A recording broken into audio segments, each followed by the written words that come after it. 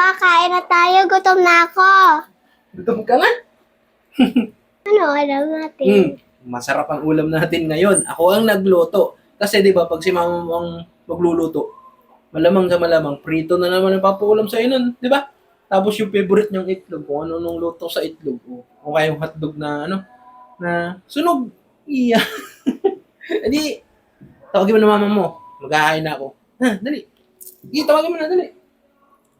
Mama, Oh, kain na. Wow! Kakain na tayo. Ano ulam natin? Mupo ka na dyan. Mupo na. Ulam natin ngayon, masarap. Stir-fried chicken. Oh, maiba naman, hindi yung luto laging luto mo. Kaya ako na nagluto. Oh, ito oh. Ayan ang ulam natin ngayon oh. Masarap yan. Para kayong kumain sa ano niyan, sa restaurant. Kain na kayong dalawa ba? Mamaya na ako kakain. At ako'y busog pa.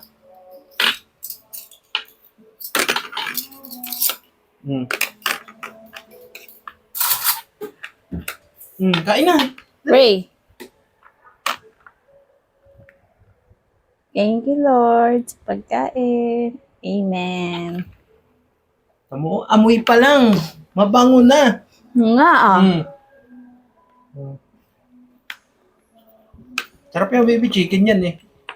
Favorite yan din. Tubig. Tubig. Kain na kayo dalawa. Kain na, be. Tinidor. Tinidor daw. Dinidor pa.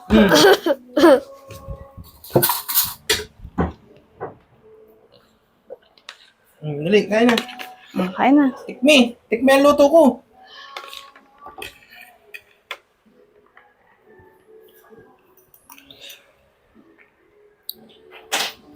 No, ang lasa?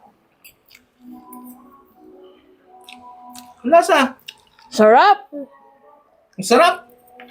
Masarap. Ano, be? din? Ano, be? Masarap. Ang sarap. Sarap. Oh, di ba? Sabi ko sa inyo, masarap yung luto ko eh. Ano yan eh?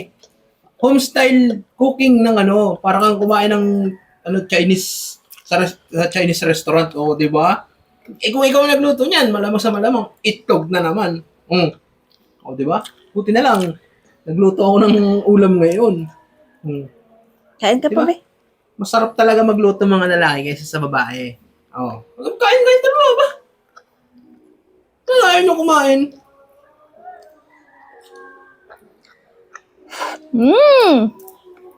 Sarap. Papa, busog pa pala ako. Busog ka pa? Busog pa pala ng anak mo. Dapat kanina gutom na. Mamaya na lang din ako kakain. Bakit? Nagmerienda ako kanina, di ba? Sabi niya masarap tapos ngayon ayaw niyo kumain. Grabe kayong dalawa.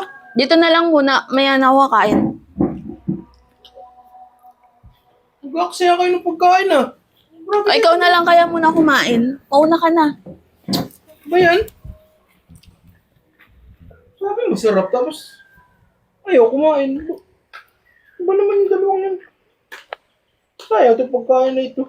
Ano ka lang kakain?